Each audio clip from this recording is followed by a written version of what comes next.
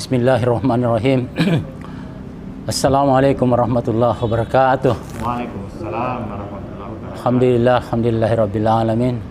Wassalatu wassalamu ala asrafil anbiya'i wal mursalin sayyidina Muhammadin wa ala alihi washabihi ajmain, amma ba'du.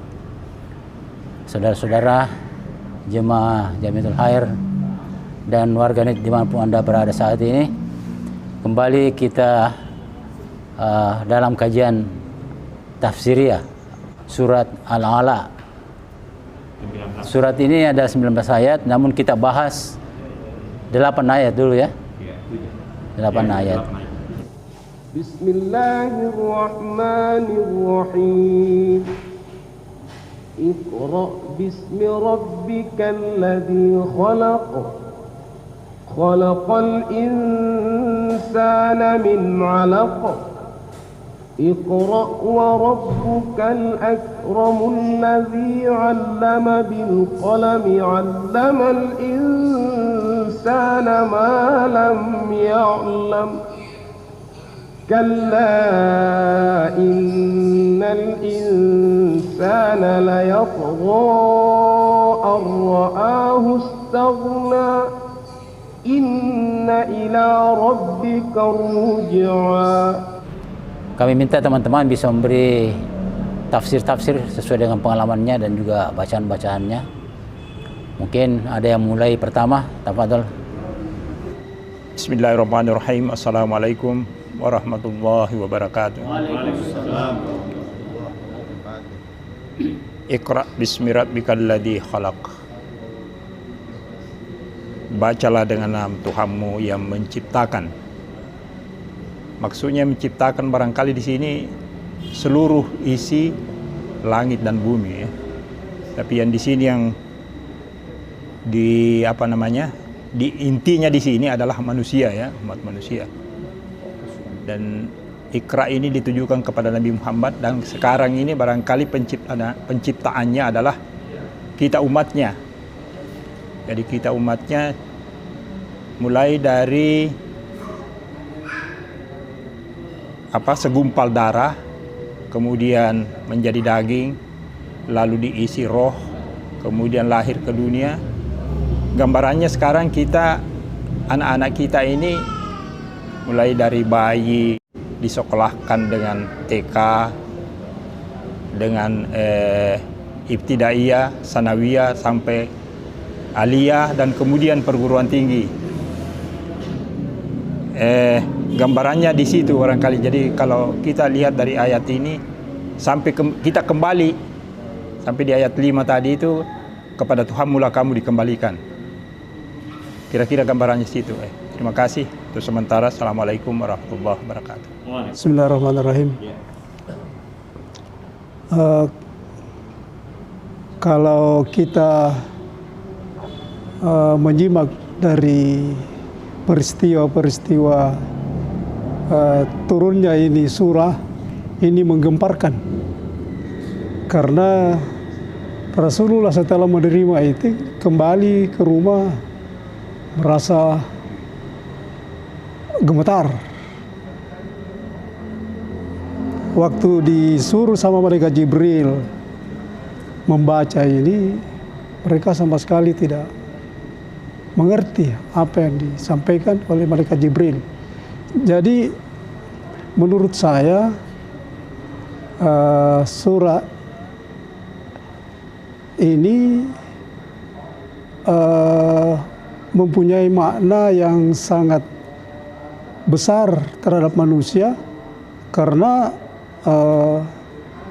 salah satu karunia dari Allah SWT adalah memberikan kita untuk dapat membaca, menulis, mempelajari ilmu pengetahuan. Ini adalah salah satu karunia dari Allah yang sangat besar. Itulah sebabnya sehingga menurut saya setiap dalam aktivitas keseharian kita itu selalu kita menyertakan Allah, minimal dengan membaca Bismillahirrahmanirrahim, agar supaya aktivitas kita bisa selalu dalam keridhaan Allah Subhanahu wa taala. Yang kedua, bahwa dalam surah ini pentingnya kita belajar membaca dalam arti yang sangat luas ya, membaca seperti dikatakan tadi Ustaz, bukan cuma sekedar membaca tetapi seluruh aktivitas tanda-tanda ya yang diperlihatkan kepada kita, kejadian-kejadian, apalagi dengan sejarah-sejarah yang telah lalu tentang kisah-kisah ya, itu kita harus pelajari supaya bisa menambah wawasan pengetahuan agama kita ya. Jadi intinya bahwa surah ini adalah merupakan satu karunia besar bagi manusia karena disuruh belajar membaca, menulis, dan mempelajari ilmu dalam arti yang luas. Terima kasih. Ya, bismillahirrahmanirrahim. Otak kita ini kan getarannya berbeda-beda. Kalau kita sibuk itu pada beta, kemudian ada alfa, ada theta, dan ada lagi delta, getaran lemah. Ini terjadi, ini pengalaman spiritual yang saya alami ini. Saya pernah membaca di tengah malam, jadi mungkin posisi otak saya itu dalam keadaan theta, artinya agak tenang. Saya bertanya, kenapa ini tidak ditempatkan di awal Quran? Kenapa justru di bagian belakang? Dan saat itu saya kaget, karena di dalam diri saya ada yang menjawab, oh itu yang pertama, yang pertama.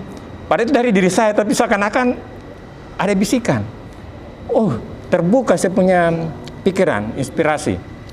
Oh iya, karena dia perintahnya Iqra bismi rabbik. Jadi dari mana saja kita mulai, kita selalu membaca A'udzubillahi minasyaitonirrajim atau Bismillahirrahmanirrahim.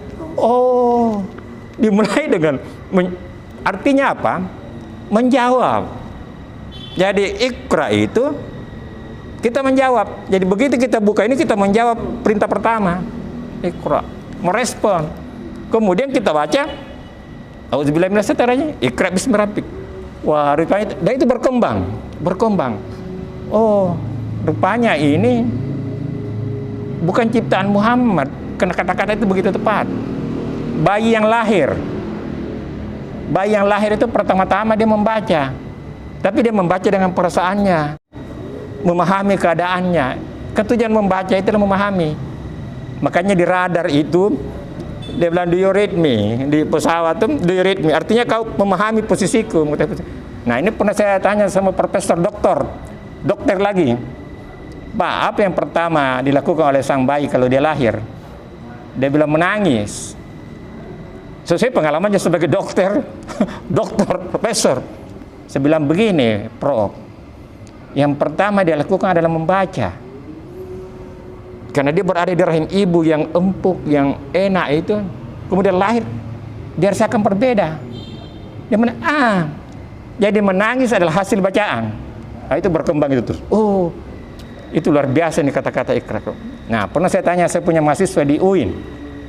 Saya tanya, kalau kau datang ke sebuah rumah yang baru kau datangi, rumah temanmu, apa yang pertama kau lakukan?